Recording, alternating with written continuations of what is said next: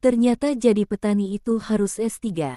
Awalnya saya berpikir menjadi petani itu gampang. Asal ada kemauan, modal dan ilmu tanam. Seiring berjalannya waktu, ternyata dalam bertani banyak sekali yang harus dipelajari. 1. Ilmu tanah. Ilmu tanah adalah ilmu yang mempelajari tanah sebagai sumber daya alam. Ilmu tanah menggabungkan berbagai disiplin ilmu, seperti biologi, kimia, fisika, dan geografi. Materi yang dipelajari: pembentukan, klasifikasi, pemetaan, dan karakteristik tanah. Tingkat kesuburan tanah. Cara mengelola tanah agar mendukung kehidupan makhluk hidup.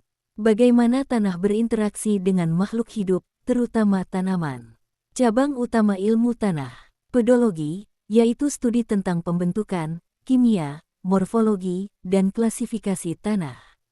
Edafologi, yaitu studi tentang bagaimana tanah berinteraksi dengan makhluk hidup, terutama tanaman. 2. Ilmu botani, ilmu yang mempelajari tanaman, struktur tumbuhan, pertumbuhan tumbuhan, reproduksi tumbuhan, evolusi tumbuhan, taksonomi tumbuhan, ekologi tumbuhan, interaksi tumbuhan dengan lingkungannya, klasifikasi tumbuhan, studi penyakit tumbuhan, proses biokimia tumbuhan, sehingga bisa mengetahui nutrisi yang dibutuhkan. Di sini kita belajar manajemen pupuk dan pemupukan. Ilmu kimia dasar, nitrogen, fosfat, kalium, kalsium, magnesium, sulfur, mangan, besi dan unsur mikro lainnya. 3. Ilmu hama dan penyakit tanaman.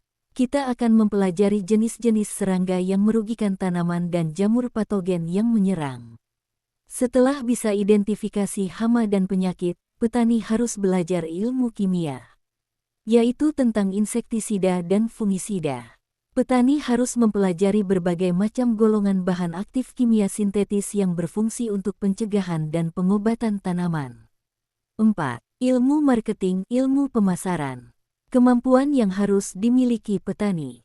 Kemampuan komunikasi yang baik, kemampuan menganalisis pasar. Kemampuan memahami kondisi pasar terkini, kemampuan menganalisis bisnis. 5. Ilmu prediksi atau forecast. Forecast adalah istilah dalam bahasa Inggris yang memiliki arti peramalan. Peramalan di sini lebih kepada perkiraan penjualan dalam dunia bisnis. Jadi, forecast adalah kegiatan atau proses memprediksi nilai masa depan berdasarkan data masa lalu. Kegiatan ini lebih kepada perkiraan penjualan. Petani harus memprediksi harga jual.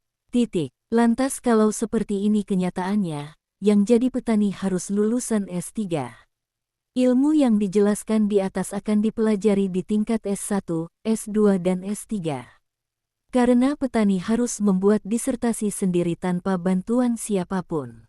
Disertasi dituntut untuk mengarahkan permasalahan yang dibahas agar temuannya dapat memberikan sumbangan bagi ilmu pengetahuan. Tapi saya yakin kalau yang menjadi petani lulusan S3 semua, pasti pertanian Indonesia akan cepat maju, modern, semuanya serba mesin.